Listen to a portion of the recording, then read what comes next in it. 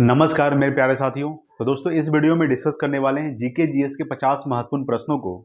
Video को पूरा देखिएगा दोस्तों। चलिए शुरू करते हैं सबसे पहला सवाल से दोस्तों। सबसे पहला सवाल देखिएगा क्या कर रहा है। सबसे पहला सवाल है कि पृथ्वी अपनी धुरी पर किस दिशा में घूमती है दोस्तों। तो पृथ्वी जो है अपनी धुरी पर ये पश्चिम से पूर्व घूमती है। कैसे घूमती है दोस्तों? पश्चिम से पूर्व। याद रखिएगा कि पृथ्वी अपनी धुरी पर किस दिशा में घूमती है? पश्चिम से पूर्व घूमती है। पृथ्वी को क्या कहा जाता है दोस्तों? पृथ्वी को नीला ग्रह कहा जाता है। याद रखिएगा पृथ्वी को नीला ग्रह कहा जाता है। ठीक है। अगला सवाल है दोस्तों, अब अगला है किस देश की स्थल सीमा सर्वाधिक देशों के साथ लगती है दोस्तों? यानी किस देश की स्थल सीमा सर्वाधिक देशों के साथ लगती है दोस्तों? चीन। चीन की जो सीमा है दोस्तों ये 14 देशों के साथ लगती है। 14 देश के साथ लगती है दोस्तों। 14 देशों के साथ लगती है चीन की स्थल सीमा। अगर हम बात करते हैं कि चीन की राजधानी दोस्तों क्या है? बीजिंग। भारत और चीन के बीच दोस्तों मैकमोहन रेखा। याद रखिएगा भारत और चीन के बीच मैकमोहन रेखा, ये आपको ध्यान रखना है। ठीक है। नेक्स्ट दोस्तों 3 नंबर सवाल है कि बैरोमीटर के पठन में तेजी से गिरावट किस बात का सूचक है दोस्तों? तो बैरोमीटर के पठन में तेजी से गिरावट है दोस्तों ये तूफान का सूचक है। याद रखिएगा किसका सूचक है दोस्तों? तूफान का। बैरोमीटर के पठन में जो तेजी से गिरावट आती है दोस्तों ये किस बात का सूचक होता है? तो तूफान का सूचक होता है। ठीक है, ये आपको ध्यान रखना है। नेक्स्ट है दोस्तों 4 नंबर सवाल कि भारतीय मरुस्थल का क्या नाम है दोस्तों? तो दोस्तों याद रखिएगा थार है, जो राजस्थान में स्थित दोस्तों। किस राज्य में है? राजस्थान में दोस्तों। थार मरुस्थल कहाँ है? राजस्थान में। नेक्स्ट है दोस्तों 5 नंबर सवाल है कि काजीरंगा राष्ट्रीय अभ्यारण्य किस राज्य में स्थित है दोस्तों? ये दोस्तों असम में। याद रखिएगा कि काजीरंगा राष्ट्रीय अभ्यारण्य किस राज्य में है? असम राज्य में है, ये आपको ध्यान रखना है। नेक्स्ट दोस्तों 6 नंबर सवाल है कि उज्जैन किस नदी के किनारे बसा है दोस्तों? तो उज्जैन दोस्तों ये क्षिप्रा नदी किनारे है। क्षिप्रा नदी किनारे दोस्तों, क्षिप्रा नदी। याद रखिएगा उज्जैन जो है वो क्षिप्रा नदी के किनारे स्थित है उज्जैन। ठीक है, याद रखिएगा दोस्तों। अगला सवाल देखते हैं 7 नंबर सवाल। देखिए दोस्तों क्या कह रहा है। ठीक है, देखिए दोस्तों 7 नंबर सवाल। ठीक है, 7 नंबर सवाल आपके सामने है दोस्तों। देखिएगा 7 नंबर सवाल कि कौन सी धातु बिजली के सबसे अधिक सुचालक है दोस्तों? याद रखिएगा तो वह दोस्तों चांदी। और चांदी का जो संकेत होता है दोस्तों एजी होता है। और इसका जो परमाणु संख्या दोस्तों 47 होता है। याद रखिए कितना होता है परमाणु संख्या? 47। ठीक है, तो कौन सी धातु बिजली के सबसे अधिक सुचालक होता है दोस्तों? चांदी। संकेत क्या होता है? एजी। ठीक है, और परमाणु संख्या दोस्तों 47, 47 होता है। अगला है दोस्तों 8 नंबर सवाल कि गोबर गैस में मुख्य रूप से क्या पाया जाता है दोस्तों? तो मीथेन पाया जाता है, जिसका पर क्या होता है दोस्तों? सूत्र CH4 होता है। क्या होता है? मीथेन का रासायनिक सूत्र क्या होता है? CH4। मीथेन को ही दोस्तों गोबर गैस कहा जाता है। याद रखिएगा मीथेन को ही गोबर गैस कहा जाता है। ठीक है, याद रखिएगा मीथेन को ही दोस्तों मार्स गैस भी कहा जाता है। क्या कहा जाता है? Marsh gas. ठीक है, याद रखिएगा दोस्तों मीथेन को गोबर गैस, मार्स गैस और मीथेन भी कहा जाता है, जिसका रासायनिक सूत्र क्या होता है? CH4 होता है दोस्तों। ठीक है, मीथेन का। नेक्स्ट दोस्तों 9 नंबर सवाल है कि स्वतंत्रता मेरा जन्म सिद्ध अधिकार है और मैं इसे लेकर रहूंगा, यह कथन किसका है दोस्तों? तो यह दोस्तों लोकमान्य तिलक का। याद रखिएगा स्वतंत्रता मेरा जन्म सिद्ध अधिकार है और मैं इसे लेकर रहूंगा, यह किसका कथन है दोस्तों? ये दोस्तों लोकमान्य तिलक का है, ये आपको ध्यान रखना है। ठीक है, नेक्स्ट दोस्तों 10 नंबर सवाल है कि राज्यसभा के सदस्यों का चुनाव कितने वर्षों के लिए किया जाता है दोस्तों? तो 6 वर्षों के लिए किया जाता है। याद रखिएगा राज्यसभा के सदस्यों का जो चुनाव होता है वो कितने वर्षों के लिए किया जाता है दोस्तों? तो वो 6 वर्षों के लिए किया जाता है। और राज्यसभा का सदस्य बनने के लिए दोस्तों कितना उम्र होना चाहिए दोस्तों? तो 30 वर्ष होनी चाहिए। याद रखिएगा राज्यसभा का सदस्य बनने के लिए कितना उम्र होनी चाहिए दोस्तों? 30 वर्ष। लोकसभा सदस्य बनने के लिए दोस्तों 25 वर्ष होनी चाहिए। मुखिया के लिए दोस्तों अगर कोई मुखिया में खड़ा होना चाहता है तो उसके लिए दोस्तों न्यूनतम उम्र 21 वर्ष होनी चाहिए। ठीक है, ये आपको ध्यान रखना है दोस्तों। ठीक है, राष्ट्रपति बनने के लिए दोस्तों 35 वर्ष, उपराष्ट्रपति दोस्तों 35 वर्ष। याद रखिएगा। नेक्स्ट दोस्तों 11 नंबर सवाल देखिएगा। 11 आपके सामने कि हमारी आकाश गंगा का क्या नाम है दोस्तों? तो दुग्ध मेखला या मिल्की वेव। क्या दोस्तों? हमारी जो आकाश गंगा का क्या नाम है? दुग्ध मेखला या मिल्की वे। ठीक है, याद रखिएगा। चलिए नेक्स्ट देखते हैं 12 नंबर सवाल देखिए। ठीक है, 12 नंबर सवाल कह रहा है आपके सामने। 12 नंबर सवाल है दोस्तों कि हिंदी भाषा का पहला समाचार पत्र कौन सा था दोस्तों? तो उदंत मार्तंड। ठीक है, उदंत मार्तंड जो था ये क्या था? हिंदी भाषा का पहला समाचार पत्र था, ये आपको ध्यान रखना है। नेक्स्ट है कि सबसे प्राचीन वेद कौन सा है दोस्तों? ये है ऋग्वेद। याद रखिएगा वेद कितने होते हैं दोस्तों? वेद 4 होते हैं। वेद कितने होते हैं दोस्तों? वेद होते हैं 4। ठीक है, याद रखिएगा। अगर पूछेगा वेदांग कितने होते हैं दोस्तों? तो वेदांग होते हैं 6, ठीक है, याद रखिएगा। वेद होते हैं 4, वेदांग होते हैं दोस्तों 6। वेद कितने होते हैं? 4। कौन कौन सा? ऋग्वेद, सामवेद, यजुर्वेद, अथर्ववेद। सबसे पुराना वेद कौन सा है दोस्तों? सबसे प्राचीन वेद है ऋग्वेद, और सबसे नया वेद है दोस्तों अथर्ववेद, ठीक है, याद रखिएगा। अगर बात करेंगे कि ऋग्वेद में कितने मंडल होते हैं, तो याद रखिए दोस्तों ऋग्वेद में 10 मंडल होते हैं। ऋग्वेद में 10 मंडल होते हैं दोस्तों, याद रखिएगा। ऋग्वेद के तीसरे मंडल में गायत्री मंत्र का उल्लेख किया गया है दोस्तों। ओम भूर्भुवः स्वः तत्सवितुर्वरेण्यम भर्गो देवस्य धीमहि धियो यो न प्रचोदयात्, ठीक है। ऋग्वेद के 10वें मंडल में 4 वर्ण का उल्लेख किया गया है, ठीक है, याद रखिएगा। ब्राह्मण, क्षत्रिय, वैश्य, शूद्र, याद रखिएगा दोस्तों। अगर हम बात करते हैं कि संगीत का उल्लेख किस वेद में किया गया दोस्तों? संगीत का उल्लेख सामवेद में किया गया है, याद रखिएगा। अथर्ववेद में दोस्तों जादू टोना का उल्लेख किया गया है, ठीक है। गद पद दोस्तों, गद और पद का जो उल्लेख किया गया दोस्तों यजुर्वेद में किया गया है। सबसे पुराना वेद दोस्तों ऋग्वेद, सबसे नया वेद अथर्ववेद, ठीक है, ये आपको ध्यान रखना है। अगर हम बात करते हैं वेदांग कितने होते हैं दोस्तों? वेदांग 6 होते हैं। शिक्षा, कल्प, निरुक्त, छंद, ज्योतिष और व्याकरण। शिक्षा, कल्प, निरुक्त, छंद, ज्योतिष और व्याकरण, टोटल 6 वेदांग होते हैं, ठीक है, याद रखिएगा। उपनिषद कितने होते हैं? उपनिषद 108 होते हैं, ठीक है। नेक्स्ट देखते हैं दोस्तों 14 नंबर सवाल कि सिख इतिहास में लंगर व्यवस्था किसने शुरू की दोस्तों? तो गुरु अंगद देव ने शुरू किया था, याद रखिएगा। कि सिख इतिहास में सिख धर्म में टोटल कितने गुरु हुए थे? सिख धर्म में टोटल 10 गुरु हुए थे, ठीक है। गुरु नानक दोस्तों, याद रखिएगा, गुरु नानक ने ही सिख धर्म का स्थापना किए थे। गुरु नानक का जन्म 1469 में तलवंडी के पाकिस्तान में हुआ था, ठीक है, याद रखिएगा। अगर हम बात करते हैं कि सिख इतिहास में लंगर प्रथा किसने शुरू की, तो गुरु अंगद देव ने शुरू की थी दोस्तों, ठीक है, याद रखिएगा। अगला दोस्तों 15 नंबर सवाल है कि गदर पार्टी की स्थापना कब और किसने किया था दोस्तों? तो लाला हरदयाल ने किए थे, 1913 ईस्वी में किए थे, याद रखिएगा। गदर पार्टी का जो मुख्यालय दोस्तों कहाँ है? सैन फ्रांसिस्को में है, याद रखिएगा। गदर पार्टी का जो मुख्यालय कहाँ है? सैन फ्रांसिस्को में है। और गदर पार्टी का जो स्थापना हुआ था 1913 में, लाला हरदयाल ने किए थे। नेक्स्ट 16 नंबर सवाल कि अमृतसर शहर की स्थापना किसने किए थे? तो गुरु रामदास किए थे दोस्तों, ठीक है, याद रखिएगा। अमृतसर जो शहर है दोस्तों, इसका शहर का स्थापना किसने किया था? तो गुरु रामदास किए थे। नेक्स्ट है 17 नंबर कि कौन सा मुगल बादशाह अशिक्षित था, यानी कि शिक्षित नहीं था, पढ़ा लिखा नहीं था दोस्तों? तो अकबर था, याद रखिएगा।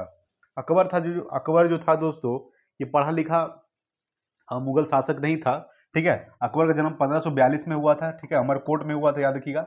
1542 में अमरकोट में हुआ था। अकबर के समय में ही पानीपत का दूसरा युद्ध लड़ा गया था 1556 में, अकबर और हेमू के बीच लड़ा गया था दोस्तों, ठीक है, याद रखिएगा। चलिए नेक्स्ट देखते हैं अगला सवाल। अगला है दोस्तों आपके सामने, देखिए, पीलिया किस अंग का रोग है दोस्तों? याद रखिएगा, पीलिया जो है वो किस अंग का रोग है, आपको ध्यान रखना है। पीलिया किस अंग का रोग है? तो दोस्तों यकृत या लीवर का है, ठीक है।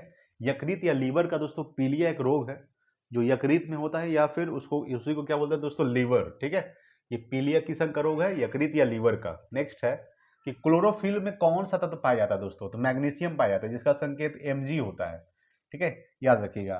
तो क्लोरोफिल में कौन सा तत्व पाया जाता है दोस्तों? मैग्नीशियम पाया जाता है, ये आपको ध्यान रखना है, ठीक है। मैग्नीशियम का जो परमाणु संख्या होता है दोस्तों 12 होता है, ये आपको ध्यान रखना है। नेक्स्ट है दोस्तों 20 नंबर सवाल कि एलपीजी गैस में क्या होता है? तो ब्यूटेन और प्रोपेन होता है, ये आपको ध्यान रखना है कि LPG gas liquid petroleum gas, ठीक है, याद रखिएगा। एलपीजी में दोस्तों क्या होता है? तो ब्यूटेन और प्रोपेन होता है। एलपीजी में क्या मिलाया जाता है दोस्तों? जो गंध, जब एलपीजी जो गैस होता है दोस्तों गंध देता है, वो उसमें क्या मिलाया जाता है? तो मिथाइल मार्केप्टन मिलाया जाता है, याद रखिएगा, ठीक है, मिथाइल मार्केप्टन, याद रखिएगा दोस्तों, मिथाइल मार्केप्टन दोस्तों, ठीक है, ये आपको ध्यान रखना है। मिथाइल मार्केप्टन में आया था दोस्तों एलपीजी गैस में। एलपीजी में होता क्या दोस्तों? ब्यूटेन और प्रोपेन होता है पूर्ण रूप से। एलपीजी का full form liquid petroleum gas, ठीक है, याद रखिएगा। नेक्स्ट दोस्तों कि किसने सर्वप्रथम अशोक के अभिलेखों को पढ़ा था? तो जेम्स प्रिंसेप ने पढ़ा था दोस्तों, याद रखिएगा कि किसने सर्वप्रथम अशोक के अभिलेखों को पढ़ा था? तो जेम्स प्रिंसेप ने पढ़ा था सर्वप्रथम अशोक के अभिलेखों को, ठीक है। नेक्स्ट है 22 नंबर कि विश्व में माउंट एवरेस्ट पर चढ़ने वाली प्रथम महिला कौन थी दोस्तों? ये थे दोस्तों जापान की जुनको तबेई, ठीक है। विश्व में माउंट एवरेस्ट पर चढ़ने वाली प्रथम महिला कौन थी? तो ये जापान की थी दोस्तों, जिसका नाम क्या था? जुनको तबेई था, ठीक है, याद रखिएगा।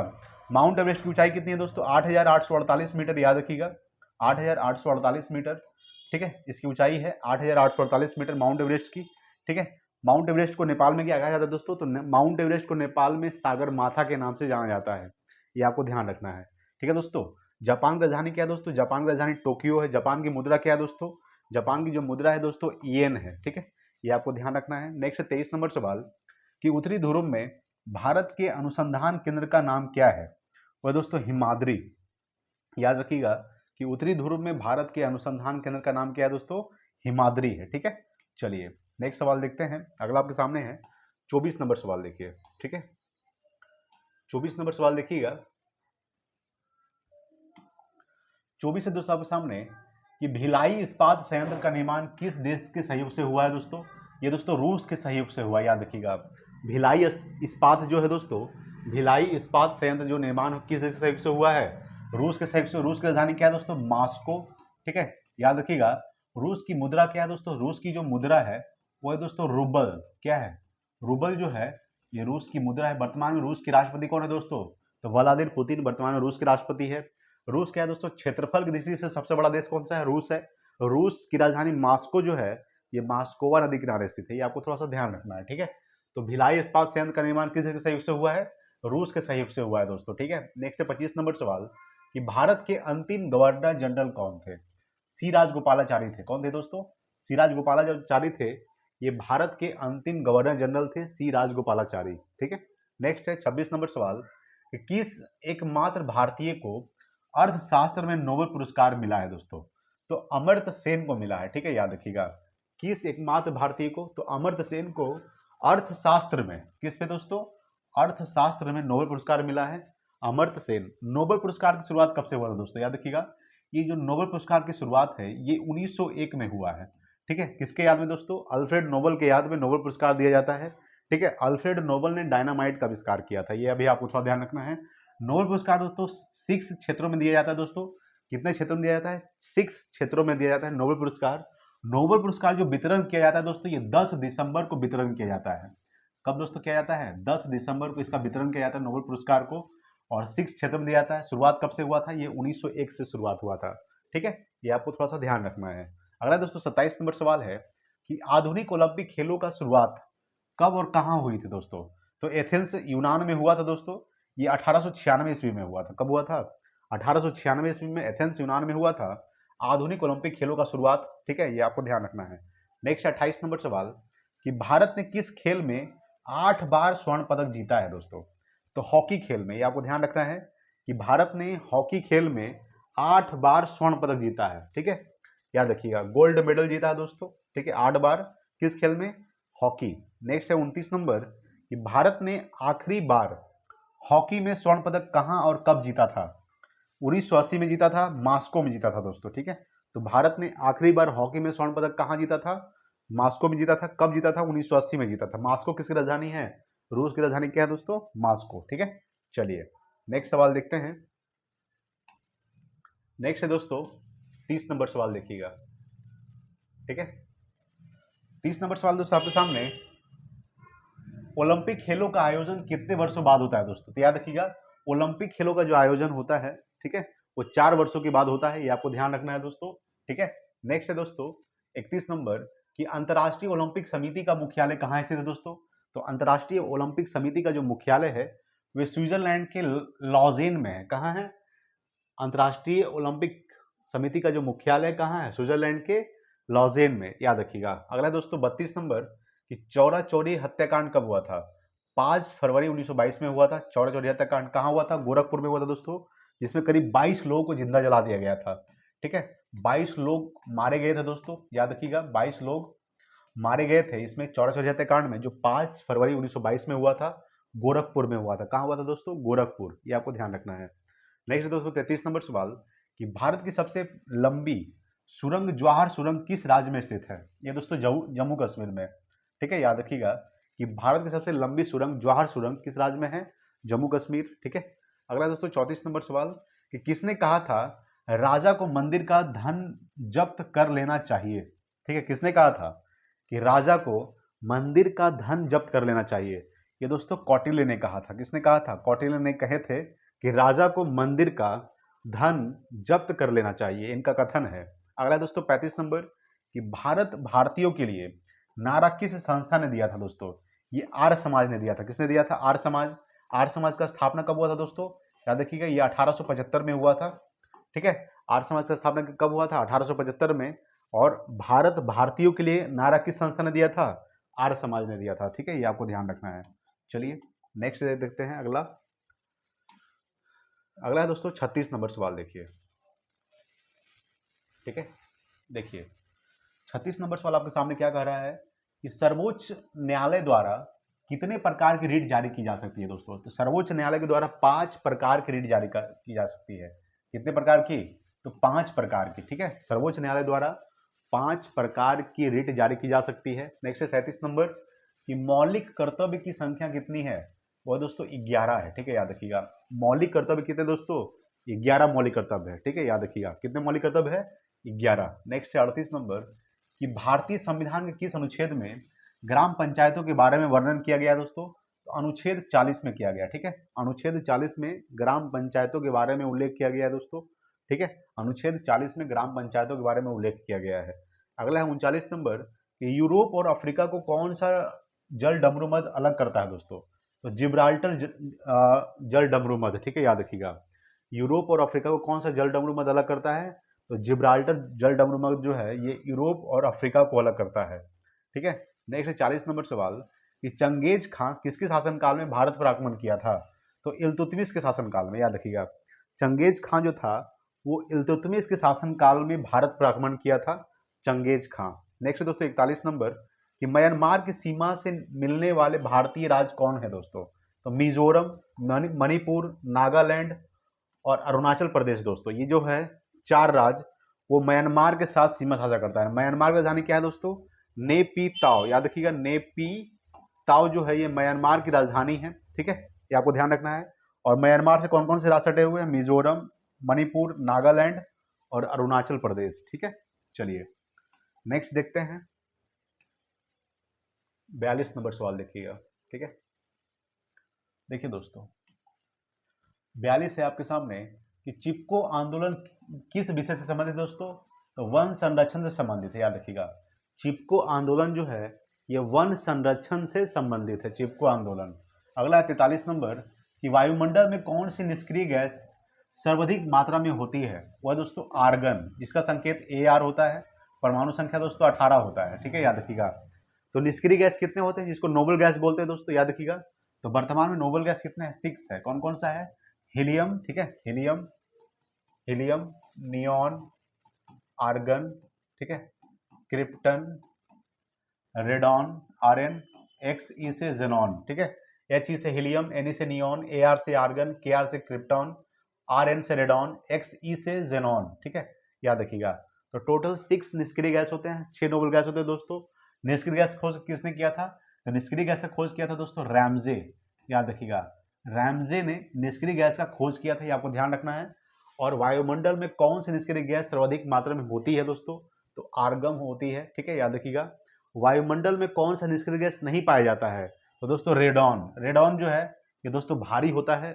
ठीक है, ये याद रखिए दोस्तों धरातल में पाया जाता है मेन रूप से। ठीक है, वायुमंडल में नहीं पाया जाता है। चलिए दोस्तों अगला सवाल देखिएगा 44 नंबर कि निकट दृष्टि दोष के लिए किस लेंस की चश्मा दी जाती है दोस्तों?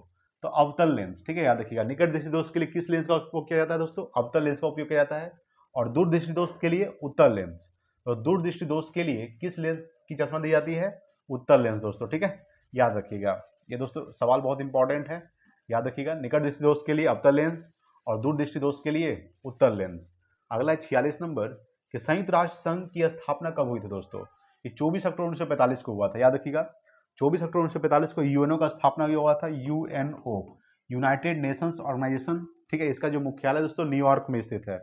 संयुक्त राष्ट्र संघ का मुख्यालय कहाँ है दोस्तों? न्यूयॉर्क। ठीक है, याद रखिएगा, न्यूयॉर्क में इसका मुख्यालय स्थित है। अगर बात करें दोस्तों न्यूयॉर्क जो है ये हडसन नदी के किनारे स्थित है। न्यूयॉर्क, ये आपको ध्यान रखना है, हडसन नदी के किनारे स्थित है दोस्तों न्यूयॉर्क। अगर हम बात करते हैं कि संयुक्त राष्ट्र संघ में कितना देश शामिल है दोस्तों? इसमें दोस्तों टोटल 193 देश शामिल है। कितना देश शामिल है? 193 देश शामिल है दोस्तों। 193 जो देश है वो दक्षिणी सूडान है। और दक्षिणी सूडान की राजधानी क्या होता है दोस्तों? जुबा होता है। ठीक है, ये आपको थोड़ा सा ध्यान रखना है। अगला दोस्तों 47 नंबर सवाल कि संयुक्त राष्ट्र संघ की महासभा की प्रथम महिला अध्यक्ष कौन थी दोस्तों? तो विजय लक्ष्मी पंडित थी। कौन थी? संयुक्त राष्ट्र संघ की महासभा की प्रथम महिला जो अध्यक्ष थी कौन थी? विजय लक्ष्मी पंडित। ठीक है, ये आपको ध्यान रखना है। चलिए अगला सवाल देखते हैं। अगला है दोस्तों 48 नंबर सवाल, देखिएगा। ठीक है, 48 नंबर सवाल आपके सामने क्या कह रहा है? यह है दोस्तों 48 नंबर कि भारत की प्रथम बहुउद्देशीय परियोजना किस नदी पर बनाई गई थी? तो दोस्तों दामोदर नदी पर बनाई गई थी। याद रखिएगा कि भारत की प्रथम बहुउद्देशीय परियोजना जो है किस नदी पर बनाई गई थी? तो दामोदर नदी पर बनाई गई थी। ठीक है, याद रखिएगा। अगला दोस्तों 49 नंबर की भारत में प्रथम स्थापित परमाणु संयंत्र कौन सा है? तो दोस्तों तारापुर परमाणु संयंत्र दोस्तों कहाँ स्थित है? महाराष्ट्र में स्थित है दोस्तों। ठीक है, याद रखिएगा।